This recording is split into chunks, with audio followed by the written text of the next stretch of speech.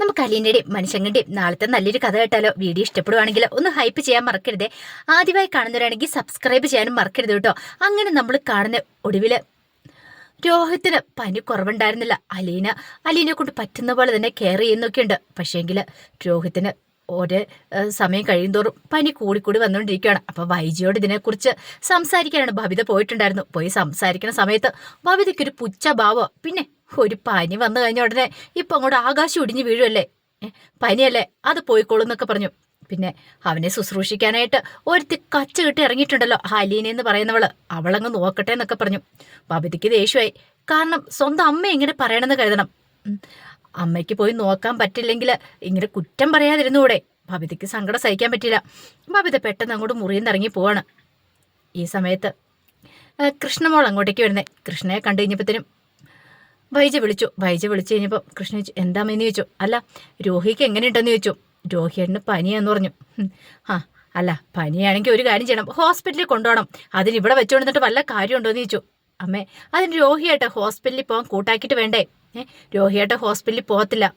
അങ്ങനെ പോകാനായിരുന്നെങ്കിൽ കഴിഞ്ഞ ദിവസം ഡോക്ടർ വന്നപ്പോൾ തന്നെ പറഞ്ഞതായിരുന്നു ഹോസ്പിറ്റലിലേക്ക് കൊണ്ടുപോകുന്നതിനെ കുറിച്ച്. പക്ഷെ രോഹിയേട്ടൻ സമ്മതിച്ചില്ല എന്ന് പറഞ്ഞു. അപ്പോഴേക്കും വൈജ പറഞ്ഞു, രോഹിത് ആയിരിക്കില്ല, ചിലപ്പോൾ അവളായിരിക്കും സമ്മതിക്കാത്ത. അലീനെന്ന് പറയുന്നവൾക്ക് അവൾക്ക് ചിലപ്പോൾ എല്ലാവരുടെയും പ്രീതി പിടിച്ചു പറ്റാനായിട്ട് അവനെ ശുശ്രൂഷിക്കണമായിരുന്നു ഒക്കെ പറഞ്ഞു. ഇത് കേട്ട് കഴിഞ്ഞപ്പോൾ നല്ല ദേഷ്യമായിപ്പോയി കൃഷ്ണമോൾ പറഞ്ഞു, അമ്മ ഇത് എന്ത് ഭാവിച്ചാന്ന് ചോദിച്ചു. അമ്മയ്ക്ക് നാണമുണ്ട് ഇങ്ങനെയൊക്കെ പറയാനായിട്ട്. അമ്മയോ പോയി നോക്കുന്നില്ല, നോക്കുന്നവരെ അങ്ങോട്ട് ചെയ്യിക്കില്ല എന്ന് പറഞ്ഞാൽ കുറച്ച് കഷ്ടമുണ്ടെന്നൊക്കെ പറഞ്ഞിട്ട് കൃഷ്ണമോള് ദേഷ്യപ്പെട്ട് അങ്ങോട്ട് പോയി. എന്താടി നീ പെറുപിറുക്കണമെന്ന് ചോദിച്ചു. എന്ത് പറയാനായിട്ടാ, അമ്മയോട് പറഞ്ഞിട്ടൊന്നും ഒരു കാര്യമില്ല എന്ന് പറഞ്ഞു. അങ്ങനെ കുറേ രാത്രിയായി കഴിഞ്ഞ് കഴിഞ്ഞപ്പോഴത്തേനും രോഹിത്തിന് പനി കൂടുവാണ്. ഈ സമയത്ത് രോഹിത്ത് അങ്ങോട്ടും ഇങ്ങോട്ടും കിടന്ന് അനങ്ങുന്നുണ്ട്. ആ സമയത്താണ് അലീന അടുക്കള ജോലികളെല്ലാം കഴിഞ്ഞിട്ട് അവിടേക്ക് വരുന്ന സമയത്ത് രോഹിത് വല്ലാതെ കിടന്ന് അസ്വസ്ഥപ്പെടുന്ന കണ്ടു. പെട്ടെന്ന് അലീന അടുത്തേക്ക് എന്നിട്ട്, ചെന്താടെ മോനെ, എന്ത് പറ്റി? തൊട്ട് നോക്കി കഴിയുമ്പോൾ നന്നായിട്ട് പനിക്കുന്നുണ്ട്. അയ്യോ, പനിക്കുന്നുണ്ടല്ലോ എന്ന് പറഞ്ഞു. അപ്പോഴേക്കും രോഹിത്തിനെ ചുമയ്ക്കുവാണ്.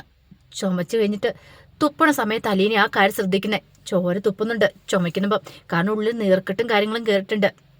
നല്ല രീതിയിൽ പോലീസാടെ നിന്ന് കിട്ടിയിട്ടുണ്ടായിരുന്നു. അത് മാത്രമല്ല, നാട്ടുകാര് രോഹിത്ത് പുറത്തിറങ്ങുന്ന സമയത്ത് അവനെ എടുത്തിട്ട് ഇടിച്ചിട്ടുണ്ടായിരുന്നു. അപ്പൊ അതിന്റെ ചതവുകളും കാര്യങ്ങളൊക്കെ കിടക്കുമല്ലേ ഉള്ളില്. അലീനയ്ക്ക് അത് മനസ്സിലായി. അപ്പോഴേക്കും അലീന പറഞ്ഞു, ഒരു കാര്യം ചെയ്യാം, നമുക്ക് ഹോസ്പിറ്റലിലേക്ക് പോവാം, ഞാൻ അച്ഛനെ വിളിക്കാന്ന് പറഞ്ഞു. വേണ്ടാന്ന് പറഞ്ഞു. രോഹി, നീ വാശി പിടിക്കരുതേ, എനിക്ക് പ്രശ്നമില്ല, കുഴപ്പമില്ല എന്നൊക്കെ പറഞ്ഞു. അപ്പോഴേക്കും ഭവിത അങ്ങോട്ട് കയറി വന്നു. ഭവിത എന്നിട്ട് ചോദിച്ചു, എന്താ അലീന ചേച്ചി, എന്താന്ന് ചോദിച്ചു. രോഹിക്ക് നല്ല വയ്യായികയുണ്ട്, ഹോസ്പിറ്റലിൽ പോകാന്ന് പറഞ്ഞിട്ട് അവൻ കൂട്ടാക്കുന്നില്ല എന്ന് പറഞ്ഞു. അത് കേട്ടപ്പോൾ ഭവിത പറഞ്ഞു, രോഹിത്തേട്ടാ ഹോസ്പിറ്റലിൽ പോവാം, ഇനി ഇവിടെ ഇങ്ങനെ ഇരിക്കില്ലെന്ന് പറഞ്ഞു.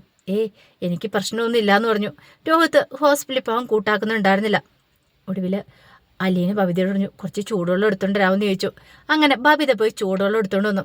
ചൂടുവെള്ളം എടുത്തോണ്ട് വന്നപ്പം അലീന എന്ത് ചെയ്തു, അവൻ്റെ ഷർട്ടൊക്കെ ഉരി മാറ്റിയിട്ട് ദേഹമൊക്കെ തുടച്ചു കൊടുക്കുകയാണ്. നല്ല ചൂടുണ്ട്, ഒന്ന് കുറയാൻ വേണ്ടിയിട്ട്. പിന്നീട് ഭവിതയോട് പറഞ്ഞു, ചുമയ്ക്കുമ്പം ബ്ലഡാണ് ചുമയ്ക്കുമ്പോൾ ചിലപ്പോൾ തുപ്പിക്കളയുന്നേ, അത് പറഞ്ഞിട്ട് കാര്യമില്ല, ഹോസ്പിറ്റലിൽ പോവുകയാണെങ്കിൽ കുറച്ച് കുറവ് വന്നേനെന്ന് പറഞ്ഞു. ഭവിത പറഞ്ഞൊരു കാര്യം ചെയ്യാം, അച്ഛനെ ഞാൻ വിളിക്കട്ടെ എന്ന് ചോദിച്ചു. ഇനിയിപ്പോൾ അച്ഛനെയും കൂടെ ടെൻഷൻ അടിപ്പിക്കേണ്ട കാര്യമില്ല, ഇവരെന്താളും ഹോസ്പിറ്റലിൽ പോകത്തില്ലെന്നല്ലേ പറഞ്ഞേ, ഇനിയിപ്പോൾ നമ്മൾ വാശി പിടിച്ചിട്ടൊന്നും കാര്യമില്ല, നോക്കാമെന്ന് പറഞ്ഞു. ഭവിതയെ ഉറങ്ങിയില്ല. ഭവിതയെ അലീനയുടെ അടുത്ത് തന്നെ ഇരിക്കണം. അലീന അവനെ ശുശ്രൂഷിക്കുന്നുണ്ടായിരുന്നു. കുറച്ച് കഴിഞ്ഞപ്പോൾ കൃഷ്ണമോൾ അങ്ങോട്ട് വന്നു. കൃഷ്ണമോൾ ഈ കാഴ്ച കണ്ടു. കൃഷ്ണമോള് ബാലേന്ദ്രൻ്റെ അടുത്ത് പോയി ബാലേന്ദ്രനോട് കാര്യം പറയുന്നുണ്ട്. അങ്ങനെ ബാലേന്ദ്രൻ വന്നിട്ട് രോഹിത്തിനെ വിളിക്കുന്നുണ്ട് ഹോസ്പിറ്റലിൽ പോകാനായിട്ട്. പക്ഷേ രോഹിത്ത് സമ്മതിച്ചില്ല. വേണ്ട, ഞാൻ ഒരിടത്തേക്കും ഇല്ലയെന്ന് പറഞ്ഞു. രോഹിത്തിന് ഭയങ്കര ബുദ്ധിമുട്ടാണ് ആൾക്കാരെ ഫേസ് ചെയ്യാനായിട്ട്. ഹോസ്പിറ്റലിൽ പോകുന്ന സമയത്ത് ആൾക്കാരൊക്കെ കാണും തന്നെ. അപ്പോൾ അവരൊക്കെ തന്നെ ഒരു പീഡന കേസിലെ പ്രതി എന്നുള്ള രീതിയിലായിരിക്കും നോക്കുന്നത്. അപ്പോൾ അതൊക്കെയാണ് അവൻ്റെ ഉള്ളിലെ ടെൻഷന്. ഇത്രയും കാലം അങ്ങനെയൊന്നും ആയിരുന്നില്ലല്ലോ. പക്ഷെ പെട്ടെന്ന് അങ്ങനെ ഒരു സിറ്റുവേഷൻ, അത് തരണം ചെയ്യാനായിട്ട് അവനെ കൊണ്ട് സാധിക്കുമായിരുന്നില്ല. അപ്പോൾ അതിൻ്റെതായ ബുദ്ധിമുട്ടും കാര്യങ്ങളൊക്കെ അവനുണ്ടായിരുന്നു. അലീന ബാലേന്ദ്രനോട് പറഞ്ഞു, അച്ഛൻ വിഷമിക്കാതിരിക്കുക, മെഡിസിനും കാര്യങ്ങളൊക്കെ ഞാൻ കൊടുക്കുന്നുണ്ട്, കുറയുമായിരിക്കും ഇത്ര സമയം കഴിയുമ്പം. കുറഞ്ഞില്ലെങ്കിൽ ഒരു കാര്യം ചെയ്യാം, ഡോക്ടർ ഇങ്ങോട്ടേക്ക് വരുത്തിയാൽ മതി എന്ന് പറഞ്ഞു. ബാലേന്ദ്രൻ പറഞ്ഞു, ഡോക്ടറെ ഇങ്ങോട്ടേക്ക് വരുത്തിയിട്ടുണ്ടെങ്കിൽ കാര്യമുണ്ടോ? ഡോക്ടർ കഴിഞ്ഞ പ്രാവശ്യം തന്നെ പറഞ്ഞല്ലേ, നോക്കാന്നാ പറഞ്ഞേ. ഇനിയിപ്പോൾ കുറഞ്ഞില്ലെങ്കിൽ ഹോസ്പിറ്റലിൽ കൊണ്ടുപോയി ഡ്രിപ്പ് ഇടണമെന്നൊക്കെ പറഞ്ഞിട്ടുണ്ടായിരുന്നു. പിന്നെ നമ്മൾ റിസ്ക് എടുക്കേണ്ട കാര്യമുണ്ടോയെന്ന് ചോദിച്ചു. അലീന പറഞ്ഞു, നോക്കാച്ച, അച്ഛൻ സമാധാനത്തോടെ പോയിക്കോ, ഞാനിത് മാനേജ് ചെയ്തോളാം എന്നൊക്കെ പറഞ്ഞു. അലീനയ്ക്ക് എന്തോ ഒരു ആത്മവിശ്വാസം ഉണ്ടായിരുന്നു രോഹിത്തിന് പനി കുറയുമെന്നുള്ളത്.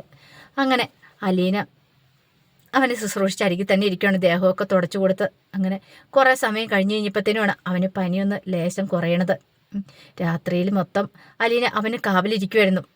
ഇടയ്ക്ക് ബബിത വന്ന് നോക്കിക്കഴിയുമ്പോഴും ആ സമയത്തല്ല അലീന അവിടെ ഇരിക്കുന്നുണ്ട്. ബബിതയ്ക്ക് മനസ്സിലായി അലീന ഒരു പോളെ കണ്ണുറങ്ങിയിട്ടില്ലെന്നുള്ള കാര്യം.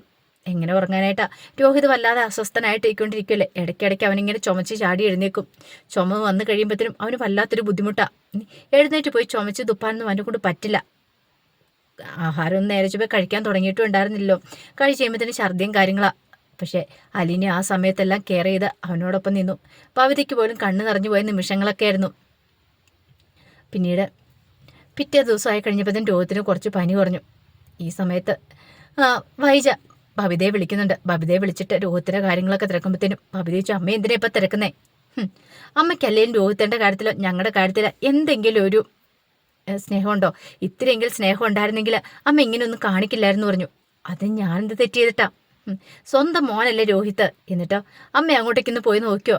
എടി അതിന് എനിക്ക് കാലുമേല കാലുമേല പോലും. അമ്മ ഇവിടെ പോത്തുപോലെ കിടന്നുറങ്ങി. അലീനയുണ്ടല്ലോ ഇന്നലെ രാത്രിയിൽ ഒരു പോളെ കണ്ണുറങ്ങിയിട്ടില്ലെന്ന് പറഞ്ഞു. അന്ന് നിന്നോടാരാ പറഞ്ഞേ? ഇടയ്ക്ക് ഞാൻ പോയി നോക്കുന്ന സമയത്ത് അലീന രോഹിത്തിൻ്റെ അടുത്ത് തന്നെ ഇരിക്കുന്ന കണ്ടു. എനിക്കെല്ലാം മനസ്സിലാവുന്നുണ്ടേ. നിങ്ങളെല്ലാവരും കൂടി ഇപ്പോൾ ഒരു കയ്യല്ലേന്ന് ചോദിച്ചു. ബബിത പറഞ്ഞു, ഒരു കൈയുമല്ല 2 കൈയുമല്ല അമ്മേ. ന്യായം കാണുമ്പോൾ അത് കണ്ടില്ല എന്ന് നടിക്കരുത് അമ്മ. ഇത് എന്തു വർത്താനമൊക്കെ പറയണമെന്ന് ചോദിച്ചു.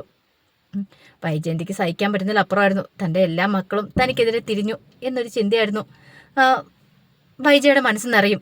അങ്ങനെ വിട്ടുകൊടുക്കാനായിട്ട് വൈജ ഉദ്ദേശിച്ചിട്ടുണ്ടായിരുന്നില്ല. കൃഷ്ണമോളോടും ബബിതയോടും ഒക്കെ അതിൻ്റെ ദേഷ്യം കാണിക്കുന്നുണ്ടായിരുന്നു. പക്ഷേ അന്നൊരു ഉച്ച കഴിഞ്ഞ് കഴിഞ്ഞപ്പോഴത്തേനും രോഗത്തിന് ഏകദേശം ഭേദമായി. പതുക്കെ പതുക്കെ രോഗത്ത് വീണ്ടും ആഹാരമൊക്കെ കഴിക്കാൻ തുടങ്ങി. അത് കണ്ടു കഴിഞ്ഞപ്പോഴാണ് അലീനയ്ക്കൊരു സമാധാനം വന്നേ. ഭാര്യേന്ദ്രന് മനസ്സിലായി ഇവള് തൻ്റെ കുടുംബത്തിലുണ്ടെങ്കിൽ ഈ കുടുംബത്തിലുണ്ടാകുന്ന ഒട്ടുമിക്ക ആപത്തുകളും ഒഴിഞ്ഞു പോകുന്നുള്ള കാര്യം. അതിന് ഉത്തമ ഉദാഹരണമാണല്ലോ രോഗത്തിന് പനി വന്നു കഴിഞ്ഞപ്പം അവനെ ശുശ്രൂഷിച്ചതും മറ്റുമൊക്കെ. പിന്നീട് മനുശങ്കർ വരുന്നുണ്ട് വീട്ടിലേക്ക്.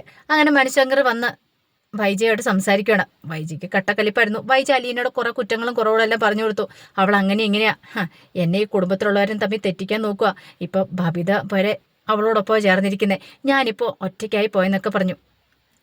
മനു പറഞ്ഞു, ആൻറ്റി ഇനിയെങ്കിലും മാറാൻ നോക്ക്.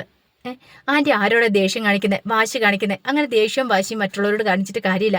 അലീന പാവമെന്നുള്ള കാര്യം മനസ്സിലായില്ലേ? അവൾക്ക് എല്ലാവരോടും സ്നേഹമാണ്. അതാണ് അവളെ എല്ലാവരും സ്നേഹിക്കുന്നത്. പക്ഷേ അത് ആൻറ്റി മാത്രം മനസ്സിലാക്കാത്തോളെന്ന് പറഞ്ഞു. പിന്നെ എനിക്ക് അവളുടെ സ്നേഹവും വേണ്ട, ഒന്നും വേണ്ട. അവളുടെ സ്നേഹം പോലും മിണ്ടാതെ വെക്കും അവിടെ നിന്ന്. അല്ലെങ്കിലും പണ്ട് തൊട്ടേ നിനക്ക് അവൾ മേലൊരു കണ്ണുണ്ടല്ലോ, അതുകൊണ്ടായിരിക്കും നീ ഇടയ്ക്കിടയ്ക്ക് വരുന്നതെന്നൊക്കെ മനുശങ്കരനെ കുറ്റപ്പെടുത്തണം. മനുശങ്കരൻ അതിന് തക്ക മറുപടി കൊടുത്തിട്ടാ അത് തേറിപ്പോന്നേ. പിന്നീട് രോഹിത്തിനെ കാണാൻ ചെന്ന് കഴിയുമ്പം അലീന ഉണ്ടായിരുന്നു രോഹിത്തിൻ്റെ കൂടെ മുറിയിൽ. അലീന രോഹിത്തിന് ഭക്ഷണമൊക്കെ വാരി കൊടുത്തോണ്ടിരിക്കുക. ആ കാഴ്ച കണ്ടപ്പം മനുവിന് സന്തോഷമായി. മനു പറഞ്ഞു, ആഹാ നല്ല മാറ്റമൊക്കെ ഉണ്ടല്ലോ എന്ന് പറഞ്ഞു. രോഹിത്തുമായിട്ട് സംസാരിക്കുന്നുണ്ട്. പക്ഷേ രോഹിത്ത് അധികം ഒന്നും സംസാരിക്കുന്നുണ്ടായിരുന്നില്ല മനുവിനോട്. എല്ലാവരും ഒന്ന് അകന്നു മാറി കഴിയാനാണ് അവൻ തീരുമാനിച്ചിരിക്കുന്നുള്ള കാര്യം അലീനയ്ക്ക് മനസ്സിലായി. പക്ഷെ അങ്ങനെ വിട്ടിട്ടുണ്ടെങ്കിൽ ഭാവിയിൽ അത് ദോഷം ചെയ്യും. അത് പാടില്ല.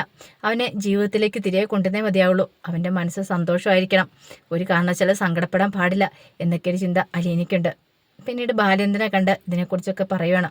അച്ഛാ, അവനോട് നമ്മൾ കൂടുതൽ സംസാരിക്കണം, അവനെ കൂടുതൽ കെയർ ചെയ്യണം. എങ്കിൽ മാത്രം അവന് ജീവിതത്തിലേക്ക് തിരികെ കൊണ്ടുവരാൻ പറ്റുള്ളൂ. പിന്നെ അതുമാത്രമല്ല, ആ നാട്ടുകാരൊക്കെ ചേർന്ന് അവനെ അടിക്കുകയൊക്കെ ചെയ്യുന്ന സമയത്ത് അവന് നല്ല നീർക്കെട്ടും കാര്യങ്ങളൊക്കെ ഉണ്ടായിട്ടുണ്ട്. അത് കുറഞ്ഞു വരണമെങ്കിൽ കുറച്ച് ദിവസം പിടിക്കും. അപ്പം നമ്മൾ നന്നായിട്ട് കെയർ ചെയ്തെങ്കിൽ മാത്രമേ അവന് ജീവിതത്തിലേക്ക് തിരികെ കൊണ്ടുവരാൻ പറ്റുള്ളൂ എന്നൊക്കെ ബാലേന്ദ്രനോട് പറഞ്ഞപ്പോൾ ബാലേന്ദ്രൻ പറഞ്ഞു, മോളെ എനിക്കറിയാം നീ പറയാതെ തന്നെ എന്താ ഇങ്ങനെയാന്നൊക്കെ. പിന്നെ നീ ഉണ്ടല്ലോ, നീ ഉള്ള ധൈര്യത്തില്ല ഞാനിവിടെ. നിനക്കറിയാലോ, തകർന്നു പോയ മനുഷ്യനാണ് ഞാൻ അവിടുന്ന് ഇവിടം വരെ കയറി വന്നിട്ടുണ്ടെങ്കിൽ അത് നീ കാരണമാണ്. അല്ലെങ്കിൽ ഇപ്പം ഞാൻ ജീവനോടെ ഉണ്ടാകത്തില്ല, ഈ വീട്ടിൽ പലരും ഉണ്ടാകത്തില്ല. വൈജനും ഉദ്ദേശമാണ് ആ കാര്യങ്ങളൊക്കെ പറയണേ. അപ്പോഴേക്കും അലീന പറഞ്ഞു, അച്ഛൻ അങ്ങനെയൊന്നും പറയരുത്, അച്ഛൻ ധൈര്യമായിട്ടിരിക്കണം എന്നൊക്കെ പറഞ്ഞിട്ട് ബാലേന്ദ്രനെ ആശ്വസിപ്പിക്കുകയാണ്. അപ്പം അതിൻ്റെ വിശേഷങ്ങളൊക്കെ നമ്മൾ കാണാൻ പോകുന്നത്. ഇനി എന്തൊക്കെ പറഞ്ഞാലും കൃഷ്ണമോളും ബബിതയും രോഹിത്തും എല്ലാം കൂടെ ഒറ്റക്കെട്ടാവും. വൈജയ്ക്ക് നല്ല ഇടിവെട്ട് പണി തന്നെയാണ്. വൈജ സ്വപ്നത്തിൽ പോലും പ്രതീക്ഷിക്കുന്ന കാര്യങ്ങളല്ല നടക്കാനായിട്ട് പോകുന്നത്. വൈജ വിചാരിച്ചുകൊണ്ടിരുന്നത് രോഹിത്തും അതുപോലെ ഭവിതയും തന്നോടൊപ്പം പോരുന്നുള്ള. പക്ഷെ അവർ പോകാൻ കൂട്ടാക്കുന്നില്ല. വൈജയ്ക്ക് എന്ത് ചെയ്യണമെന്ന് പോലും അറിയണ്ടായിരുന്നില്ല. തനിച്ചവിടെ പോയി താമസിക്കാൻ പറ്റില്ലല്ലോ. അപ്പോൾ അതിൻ്റെ വിശേഷങ്ങളൊക്കെ നമ്മൾ കാണാനായിട്ട് പോകുന്നത്. ആ വിശേഷങ്ങളൊക്കെ നമുക്ക് എല്ലാവർക്കും കാത്തിരിക്കാം കേട്ടോ. ഒരിക്കൽ കൂടി എല്ലാവർക്കും ശുഭരാത്രി നേർന്നുകൊണ്ട് നിർത്തുന്നു. നന്ദി.